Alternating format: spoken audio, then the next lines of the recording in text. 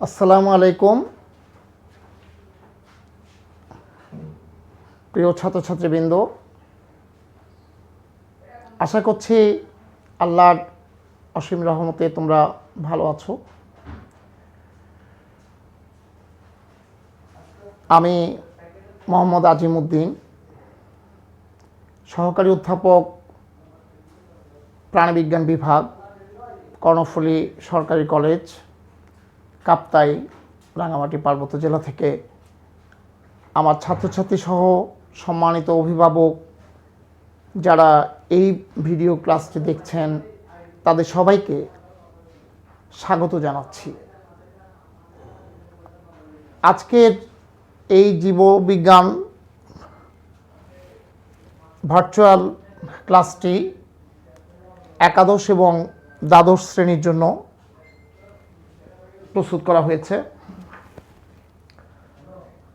এবং জীববিজ্ঞান প্রথম পত্রের অধ্যায়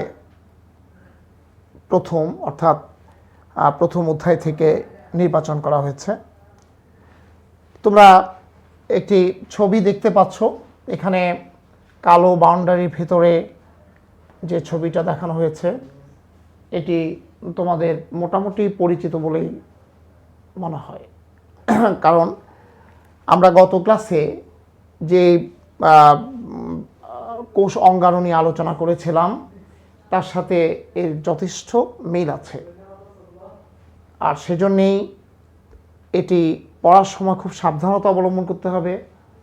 পরীক্ষা আসলে লেখার সময় যথেষ্ট সাবধানতা অবলম্বন করতে হবে, কারণ দুটো কোষ অঙ্গাণুই কাছাকাছি, তাদের স্ট্রাকচারাল সিমিলারিটিস এত বেশি যে ভুল হয়ে যেতেই পারে। তবে কতগুলো জিনিস খেয়াল রাখলে, সাবধানতা অবলম্বন করলে আশা করছি ভুল হবে না।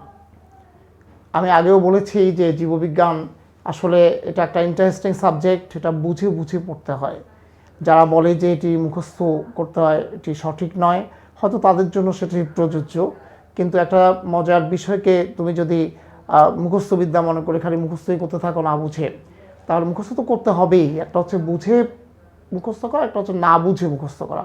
তো আমরা সাধারণত মুখস্থ বলতে না বুঝে যেটা করি সেটাকে বলি, যে দাড়ি কমা সহ একেবারে অনেকে তো অঙ্ক মুখস্থ করে ফেলে। হ্যাঁ, তো এটি জীববিজ্ঞানের কিছু কিছু অংশ আছে না বুঝেই মুখস্থ করতে হয়, সেটি বলা যায় যে 25%, কিন্তু 75%ই বোঝার বিষয়। তুমি যত বেশি বোঝার চেষ্টা করবে তত বেশি আকর্ষণ পাবে, তত বেশি বিষয়টি সহজবোধ্য হবে। তো আজকে যে জন্য আমি কথাগুলো বলছিলাম যে গত ক্লাসটা তোমরা যদি বুঝে থাকো তাহলে তোমরা মিলটা খুঁজে পাবে।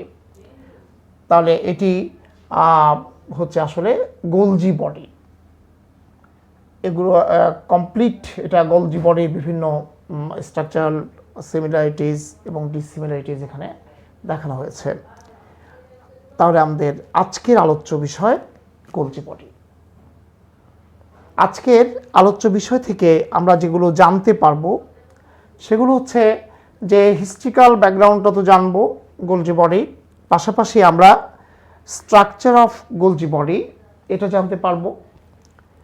আমরা শিখতে পারবো ফাংশন অফ গোলজি বডি, অর্থাৎ গোলজি বডির কাজ কী, গোলজি বডির গঠন জানতে পারবো, গোলজি বডির কাজ সম্পর্কে জানতে পারবো।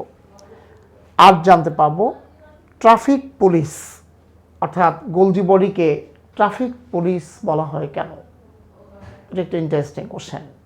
পাশাপাশি আনুষঙ্গিক বিষয়গুলো আমরা পড়া চলাকালীন সময়ে শিখতে পারবো। তাহলে আমরা শুরু করা যাক আজকের আলোচ্য বিষয় গোলজি বডি। গোলজি বডি একজন বিজ্ঞানী, ইটালিয়ান নিউরোলজিস্ট বা স্নায়ুতত্ত্ববিদ গোলজি, ক্যামিলো গোলজি, তার নামেই এটি তোমার নামকরণ করা হয়েছে।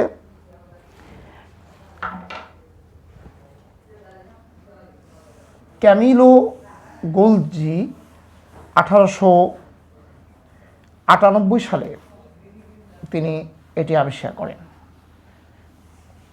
এবং কোথায় আবিষ্কার করেছিলেন, কোথায় পেয়েছিলেন? এটি বিড়াল মস্তিষ্কের নিউরনের মধ্যে অর্থাৎ স্নায়ুকোষে তিনি এই বিশেষ গঠনটির সন্ধান পেয়েছিলেন, অর্থাৎ তিনি আবিষ্কার করেছিলেন। তাহলে ইনি হচ্ছেন ক্যামিলো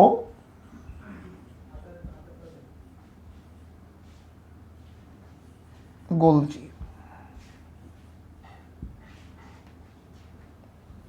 1898 সালে তিনি এটি আবিষ্কার করেন। পরবর্তীতে তার এই অবিস্মরণীয় অবদানের জন্য তিনি 1906 সালে 1906 তিনি নোবেল পুরস্কার লাভ করেন। তাহলে আমরা ক্যামিলো গোলজি সম্পর্কে জানলাম যে তিনি একজন ইটালীয় নিউরোলজিস্ট অর্থাৎ স্নায়ুতত্ত্ববিদ, এবং তার নামানুসারেই এই ক্ষুদ্রা কোষাঙ্গাণুটির নাম রাখা হয়েছে গোলজি বডি। আচ্ছা, এবারে আমরা গোলজি বডির আরও কিছু নাম আছে, যেমন গোলজি বডিকে লাইপোকন্ড্রিয়া বা লিপোকন্ড্রিয়া বলা হয়, গোলজি বডিকে ডিকটায়োজোমও বলা হয়। হ্যাঁ, এ ধরনের বেশ কিছু নাম আছে, তবে এটি গোলজি বডি নামেই সবচেয়ে বেশি পরিচিত, মানে ওয়েল নোন হচ্ছে গোলজি বডি এই নামটাই। আমরা আজকের মূল আলোচনায় ফিরে আসছি, স্ট্রাকচার অফ গোলজি বডি, অর্থাৎ গোলজি বডির গঠন। গোলজি বডি প্রথমত উদ্ভিদ কোষের মধ্যে সাইটোপ্লাজমে বিক্ষিপ্তভাবে থাকে, আর প্রাণী কোষে থাকে নিউক্লিয়াসের খুব কাছাকাছি। আর এটি বিভিন্ন তিনটা প্রধান স্ট্রাকচার বা কম্পোনেন্ট নিয়ে গঠিত। সেই তিনটি হচ্ছে সিস্টার্নি, ভ্যাসিকল এবং ভ্যাকুল। এই তিনটা উপাদান নিয়ে গোলজি বডি গঠিত। তাহলে আমরা আগে আমরা গোলজি বডির গঠনকে দুই ভাগে ভাগ করতে পারি। গোলজি বডির গঠনকে আমরা দুটা ধাপে বর্ণনা করব, যে গোলজি বডিকে একটা হচ্ছে গোলজি বডির ভৌত গঠন আর একটা হচ্ছে রাসায়নিক গঠন। তাহলে আমরা এখন প্রথমেই গোলজি বডির আমরা গঠন আলোচনা করছি। গঠনকে আমরা দুটি শিরোনামে বর্ণনা করতে পারি, একটি হচ্ছে ভৌত গঠন, আরেকটি হচ্ছে রাসায়নিক গঠন।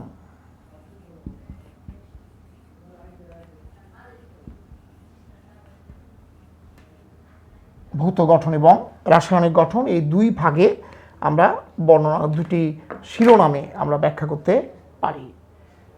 আমাদের প্রথম আলোচ্য বিষয় হচ্ছে ভৌত গঠন, আলোচনার বিষয়। আচ্ছা, যেটা বলছিলাম যে ভৌত গঠনে যদি আমরা দেখি যে গোলজি বডি তিন ধরনের উপাদান নিয়ে গঠিত। এখানে তিন ধরনের বলতে দেখো, লাল মার্কার পেন দিয়ে আমরা যেটা এঁকেছি যে অংশগুলো, এগুলো হচ্ছে সিস্টার্নি, আর এগুলো হচ্ছে গোল এবং পরিধির দিকে ছোট ছোট যে ফোসকাকার বা থলিকাকার গঠন, এগুলো হচ্ছে ভেসিকল। আর নিচে যেগুলো আছে নীল, মানে অর্থাৎ কালোগুলো হচ্ছে ভেসিকল, আর যেগুলো অপেক্ষাকৃত বড় থলিকাকার গঠন এবং নীল কালি দিয়ে আঁকা হয়েছে সেগুলো হচ্ছে ভ্যাকুম। তাহলে আমরা রাসায়নিকভাবে আমরা ভৌতভাবে আমরা গোলজি বডিকে তিনটি উপাদানে ভাগ করতে পারি। এক নাম্বার হলো সিস্টার্নি,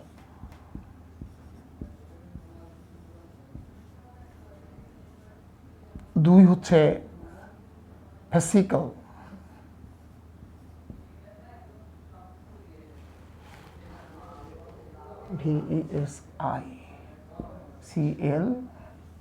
VESICLES, ভেসিকলস, এবং এটাকে এক বানিয়ে দেয়, এটা ভেসিকলস, এবং এটা হচ্ছে ভ্যাকুল। তাহলে ভৌত গঠনের দিক থেকে গোলজি বডিকে 3টি উপাদানে ভাগ করা যায়। নাম্বার 1 হচ্ছে সিস্টার্নি, 2 ভেসিকলস, 3 ভ্যাকুলস।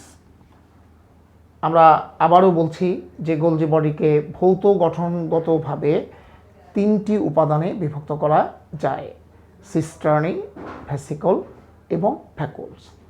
এখন আসো সিস্টার্নি।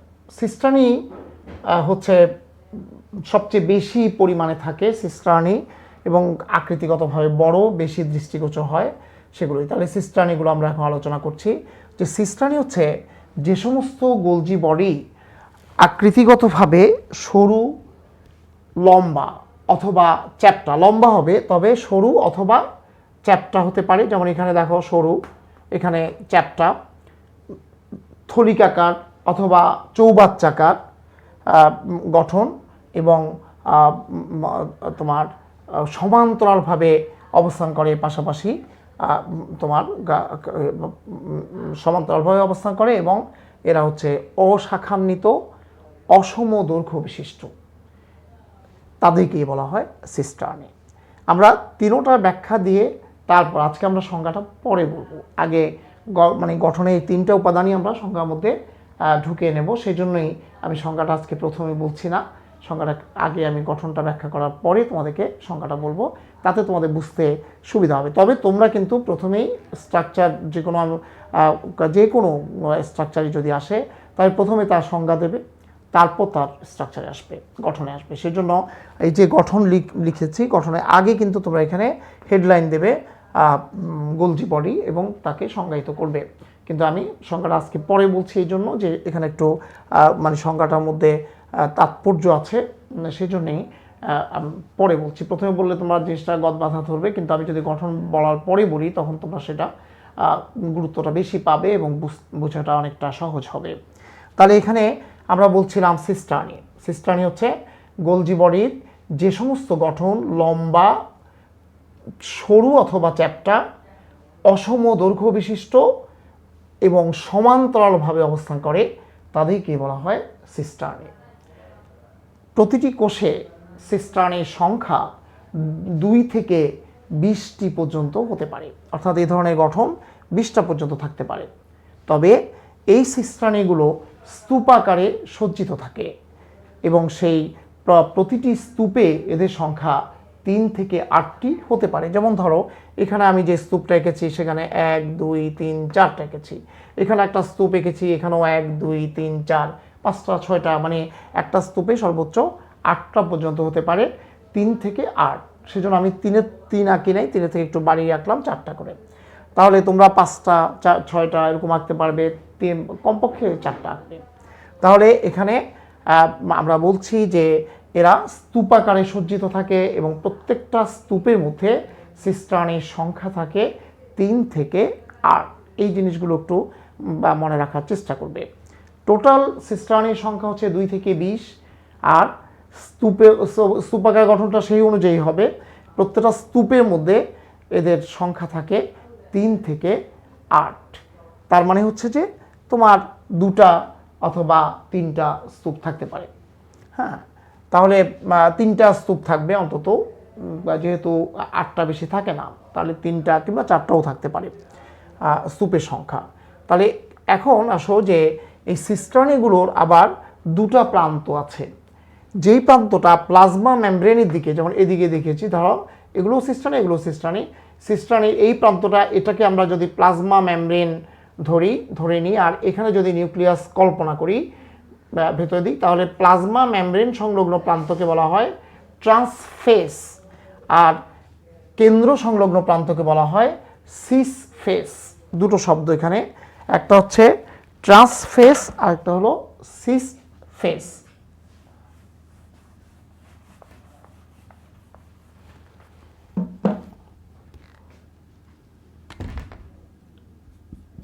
ট্রান্সফেস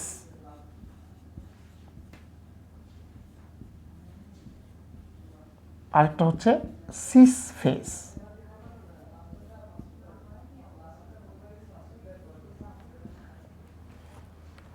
আবার বলছি যে প্লাজমা তোমার সিস্টার্নির প্লাজমা মেমব্রেন সংলগ্ন প্রান্তকে বলা হয় ট্রান্সফেস, আর কেন্দ্র সংলগ্ন প্রান্তকে বলা হয় সিসফেস। এই যে ট্রান্সফেস এবং সিসফেস এই দুটো শব্দের ভিত্তিতে বা দুটো প্রান্তের ভিত্তিতে আবার সিস্টানিগুলোকে 3 ভাগে ভাগ করা হয়। কীরকম? সেটি হচ্ছে যে ট্রান্সফেস সংলগ্ন শেষ সিস্টার্নিকে বলা হয় ট্রান্সসিস্টার্না।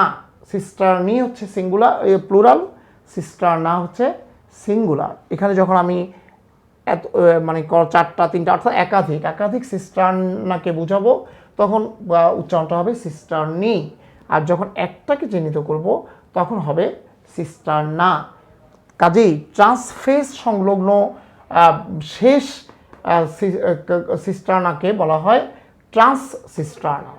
একইভাবে সিস প্রান্তের শেষ সিস্টার্নিটাকে বলা হয় সিস সিস্টার্না। এখন ট্রান্সসিস্টার্না এবং সিস সিস্টার্নার মধ্যবর্তী যে কয়েকটা সিস্টার্নি থাকে, এখানে 2টা আছে কিন্তু এখানে 3টা 4টা 5টাও থাকতে পারে, তাহলে মধ্যবর্তী যে সিস্টার্নিগুলো থাকে তাদেরকে একসাথে বলা হয় মিডিয়াল সিস্টার্নি। তাহলে আমরা কয় ধরনের সিস্টার্নি পেলাম? 3 ধরনের। একটি হচ্ছে ট্রান্সসিস্টার্না, সিস সিস্টার্না, মিডিয়াল সিস্টার্নি। এই দুটো সিঙ্গুলার ব্যবহার করলাম কারণ এগুলো পার্টিকুলারলি এদেরকেই বলে, অর্থাৎ সিস বা ফেস সংলগ্ন শেষ যে তোমার সিস্টার্না সেটাকে বলা হয় সিস সিস্টার্না, আর ট্রান্সফেস সংলগ্ন শেষ সিস্টার্নাকে বলা হয় ট্রান্সসিস্টার্না। আর মাঝখানে যেহেতু একটা থাকে না, বেশি থাকে, সেই জন্য সিস সিস্টার্না এবং ট্রান্সসিস্টার্নার মাঝখানে যে সিস্টার্নিগুলো আছে সেগুলোকে বলা হয় মিডিয়াল সিস্টার্নি। তাহলে এই হচ্ছে সিস্টার্নির গঠন। গোলজি বডির মেইন গঠনই হচ্ছে সিস্টার্নি। তাহলে সিস্টার্নিটা আমি আবার বলছি যে সিস্টার্নি হলো যে গোলজি বডির যেই গঠনগুলো লম্বা, সরু অথবা চ্যাপ্টা এবং এরা তোমার অসম দৈর্ঘ্য বিশিষ্ট সমান্তরালভাবে অবস্থান করে তাদেরকে বলা হয় সিস্টার্নি। সিস্টার্নির কেন্দ্র সংলগ্ন সিস্টার্নিগুলোর কেন্দ্র সংলগ্ন প্রান্তকে বলা হয় সিসফেস, আর প্লাজমা মেমব্রেন সংলগ্ন প্রান্তকে বলা হয় ট্রান্সফেস। সিসফেস সংলগ্ন শেষ সিস্টার্নাকে বলা হয় সিস সিস্টার্না, আর ট্রান্সফেস সংলগ্ন শেষ সিস্টার্নাকে বলা হয় ট্রান্সসিস্টার্না। সিস সিস্টার্না এবং ট্রান্সসিস্টার্নার মধ্যবর্তী যে সিস্টার্নিগুলো আছে সেগুলোকে বলা হয় মিডিয়াল সিস্টার্নি। অর্থাৎ ট্রান্সফেস এবং সিসফেসের উপরে ভিত্তি করে সিস্টার্নিগুলোকে 3 ভাগে ভাগ করা হয়: ট্রান্সসিস্টার্না, সিস সিস্টার্না এবং মিডিয়াল সিস্টার্না। তাহলে এই হচ্ছে তোমার গোলজি বডির সিস্টার্নি। এবারে নেক্সটে আসি আমরা ভেসিকল।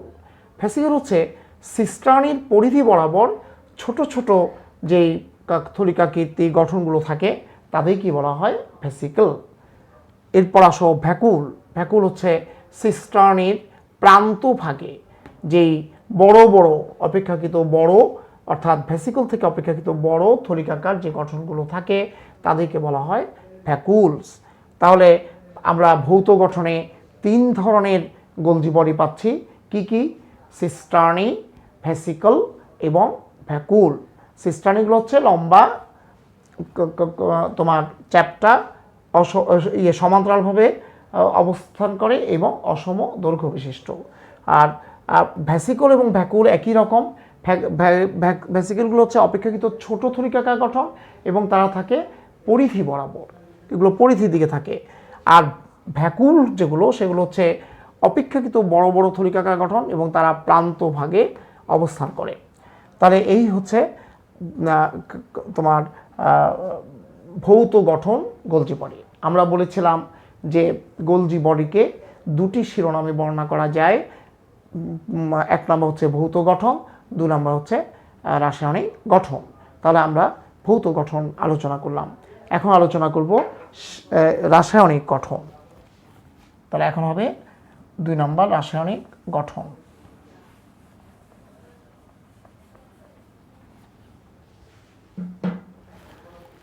গোলজি বডির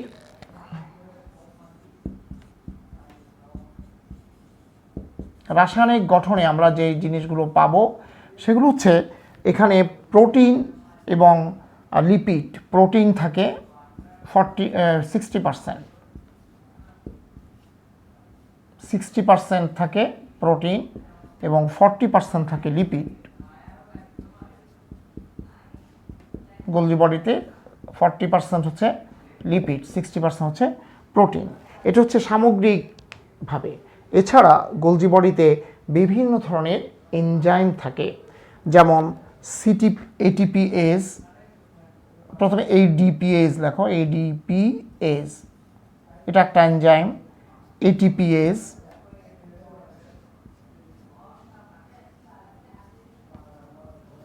সিটিপিএস,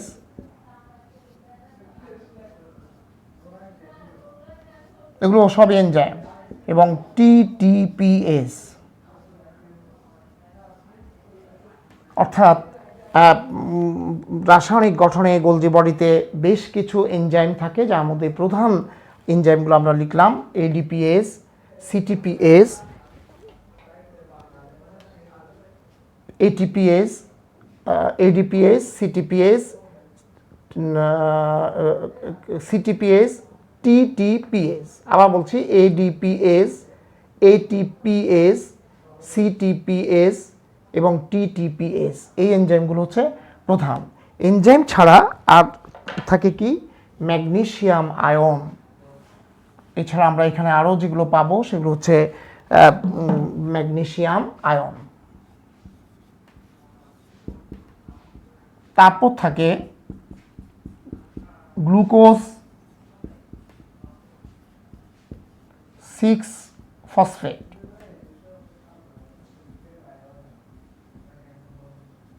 গ্লুকোজ 6-ফসফেট, ঠিক আছে? এগুলো হচ্ছে তার রাসায়নিক উপাদান। তাহলে আমরা ভৌত গঠন আলোচনা করলাম, রাসায়নিক গঠন আলোচনা করলাম। অর্থাৎ দুটো মিলে যদি গঠন আসে তখন তুমি ভৌত গঠন এবং রাসায়নিক গঠন দুটোই দিতে হবে। আর যদি তোমার ভৌত গঠন উল্লেখ করে দেয় তাহলে রাসায়নিক গঠনটা লাগবে না। আচ্ছা, এখন আমরা আসব যে function of Golgi body. Golgi বডির কাজ কি? গোলজি বডির কাজ এখনকার আলোচনা হচ্ছে গোলজি বডি কি কি কাজ করে সেটি।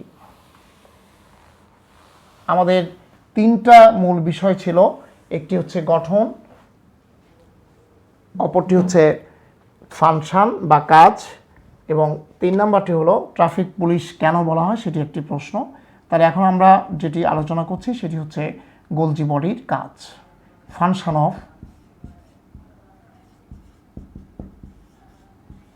Of Golgi body.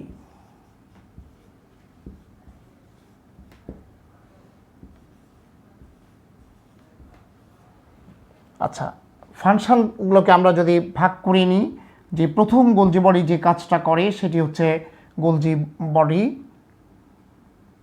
হরমোন এবং এনজাইম ক্ষরণ করে।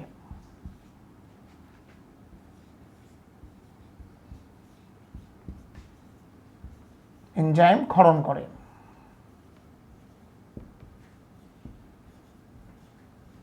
আমরা এখানে খুব গুরুত্বপূর্ণ ইয়েগুলো লিখে দিচ্ছি তোমাদের মনের সুবিধার জন্য। আচ্ছা, তারপর হচ্ছে কোষ প্রাচীর এবং প্লাজমা মেমব্রেন গঠনে অংশ নেয়। কোষ প্রাচীর এবং প্লাজমা মেমব্রেন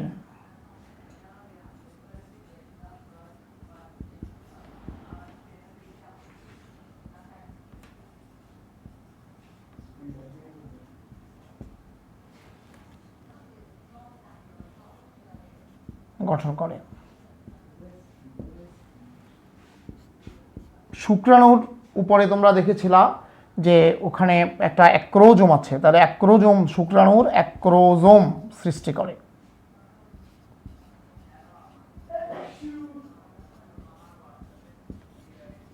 শুক্রাণুর অ্যাক্রোজোম সৃষ্টিতে অংশ নেয়। শুক্রাণুটা উল্লেখ করলে ভালো, আর না হলে অ্যাক্রোজোম সৃষ্টি করে বললেই হবে, অথবা শুক্রাণু গঠনে অংশগ্রহণ করে বললেও হবে। তারপর হচ্ছে তোমার মাইটোকন্ড্রিয়ায় এটিপি তৈরির প্রয়োজনীয় এনজাইম সরবরাহ করে। মাইটোকন্ড্রিয়ায়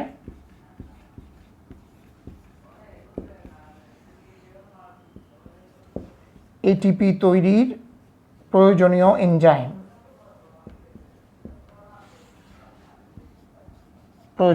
এনজাইম সরবরাহ করে।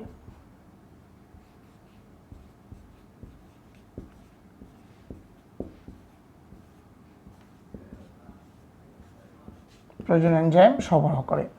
এরপর আমরা বলতে পারি অপ্রোটিন অংশ গঠনে অংশগ্রহণ করে। অপ্রোটিন অংশ গঠন করে। তারপর আরও বলা যায় সেটি হচ্ছে লাইসোজোম গঠনে সরাসরি অংশ নেয়। লাইসোজোম গঠন করে।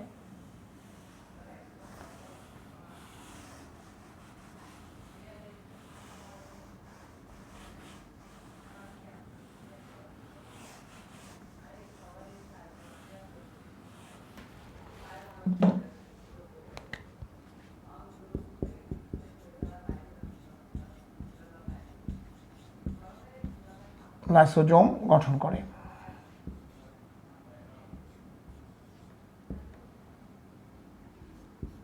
পলিস্যাকারাইড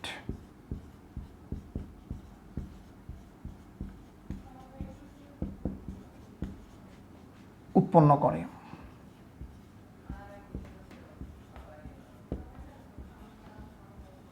পলিস্যাকারাইড উৎপন্ন করে।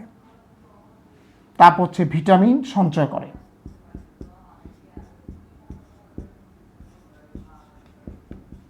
সঞ্চয় করে রাখে।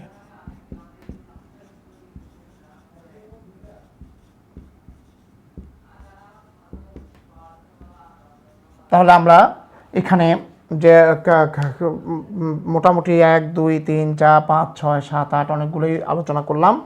এখানে আমরা যদি আবার এখান থেকেই বলি যে কাজগুলো কি কি, যেমন সে ভিটামিন সঞ্চয় করে রাখে, তারপর হচ্ছে লাইসোজোম গঠন করে গোলজি বডির কাজ, পলিস্যাকারাইড উৎপন্ন করে। তাহলে এগুলো হচ্ছে সবই গোলজি বডির কাজ।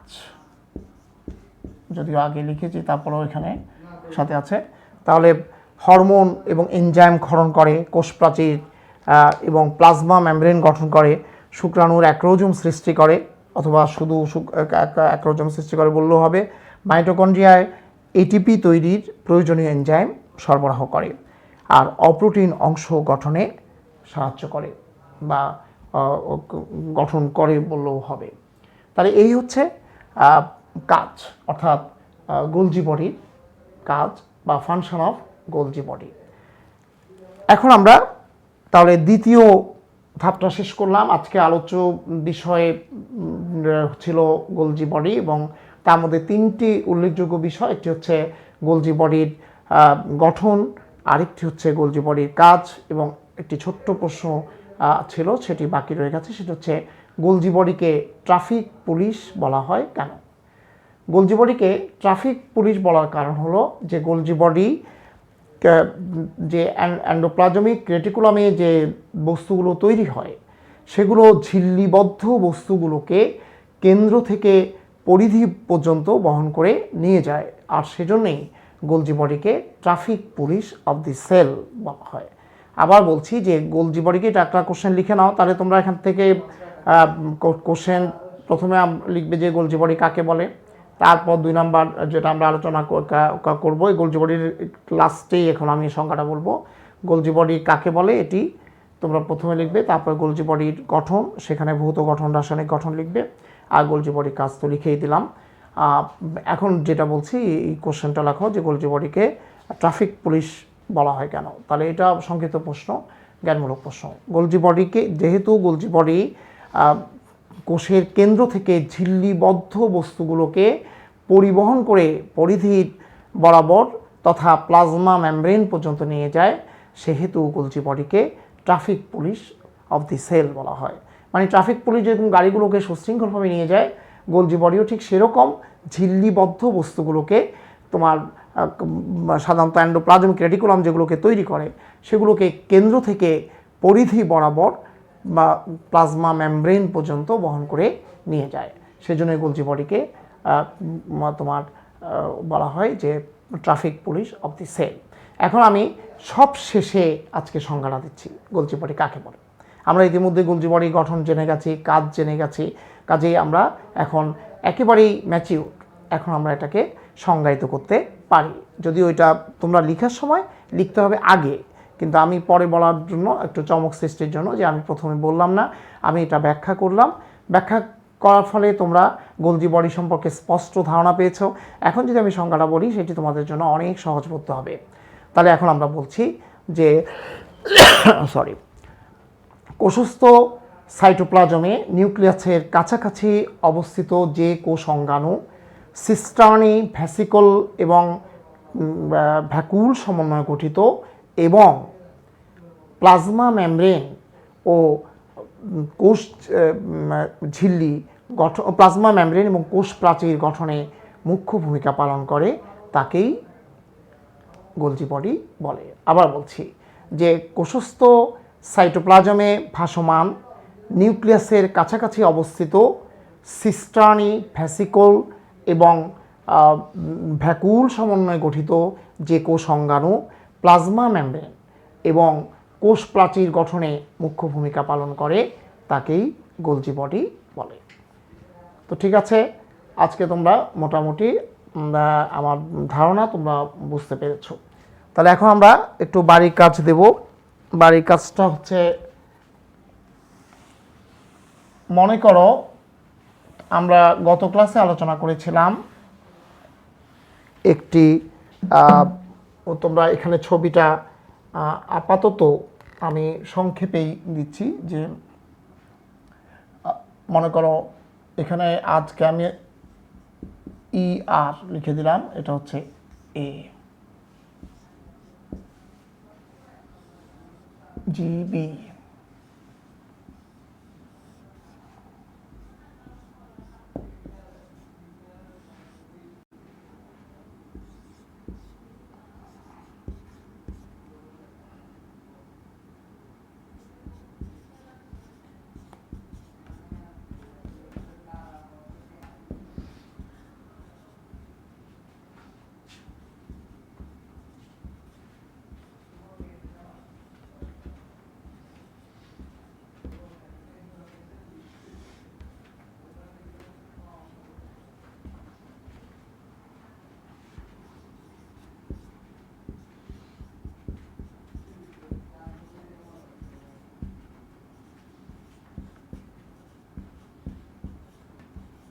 ER মানে হচ্ছে এন্ডোপ্লাজমিক রেটিকুলাম। এন্ডোপ্লাজমিক রেটিকুলামের 1 নাম্বার, এটা হচ্ছে 1 নাম্বার। এন্ডোপ্লাজমিক রেটিকুলামের 4টি কাজ লিখো। গ হচ্ছে A উদ্দীপকের A এবং B এর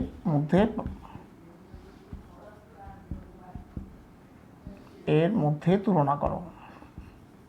এদের মধ্যে যথেষ্ট মিল আছে, অমিলও আছে, কাজেই তোমরা সেটা তুলনা করে মেসেঞ্জারে পাঠিয়ে দেবে।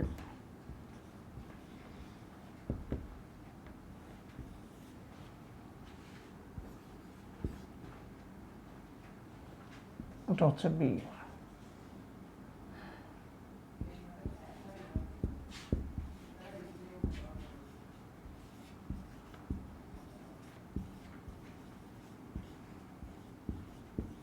বিয়ের গঠন ব্যাখ্যা করো। তাহলে তোমাদের বাড়ির কাজ দিলাম ER, GB, এটা হচ্ছে A, এটা হলো B। এখন ট্রাফিক পুলিশ কাকে বলা হয়, কেন বলা হয়? ER এন্ডোপ্লাজমিক রেটিকুলামের 4টি কাজ লিখো, আর A অর্থাৎ ER A এবং B এর মধ্যে তুলনা করো। দুটোর মধ্যে আমাদের দুটো ক্লাসই হয়ে গেছে। আর B এর গঠনটা ব্যাখ্যা করো। এটা হলো 4 নম্বর। এটা হচ্ছে তোমাদের বাড়ির কাজ। তো আমাদের আজকে আমরা এখানেই শেষ করছি। তো আগামী নেক্সট ক্লাসে আমরা অন্য একটা বিষয় নিয়ে হাজির হব। সেই পর্যন্ত তোমরা সবাই সুস্থ থাকো, ভালো থাকো, এটাই আশা করি, দোয়া করি।